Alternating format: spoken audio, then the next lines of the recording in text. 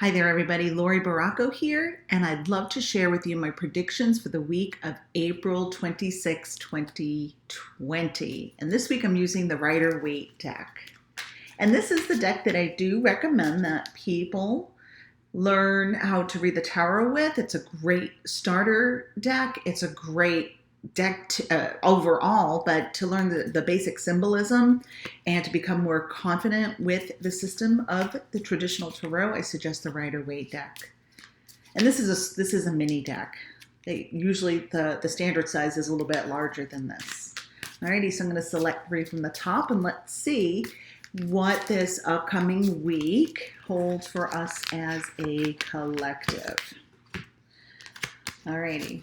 Oh wow, we've got 3 major arcana cards. So when we have 3 major arcana cards, what it tells us is that there are significant changes in the collective and with individuals that will be taking place. Of course, every single incident that takes place in our life is important.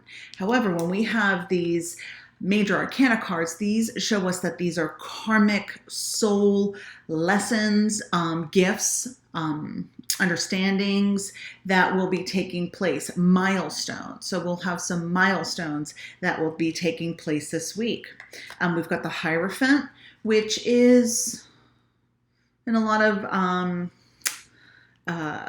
teachings, is one that is tradition, right? It's tradition, it's the routine, it's how I've done things before. And this is changing for us as a collective, obviously, right? How we live, how we interact with each other is not going to be the same as it was before.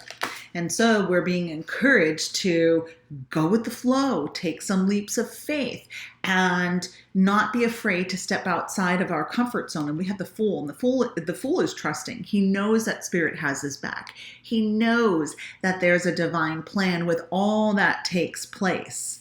And then we have the Temperance card reversed. And Temperance is taking the situations at hand and making the most of it. And we may have a little bit of a challenge trying to figure out why this is taking place. And I know we all have our individual paths and the reset that's been taking place for all of us. But as a collective, we're not heading in the healthiest direction, and we haven't been for a long time. So then we have a global event that is created to help wake us up. And this has been seen throughout history, right? We've had world wars, we've had other plagues, we've had many different occurrences to help us reset humanity and how we live our lives and how we go about living our lives, and the soul purposes are changing. So this is something I really want everybody to sit with for a moment.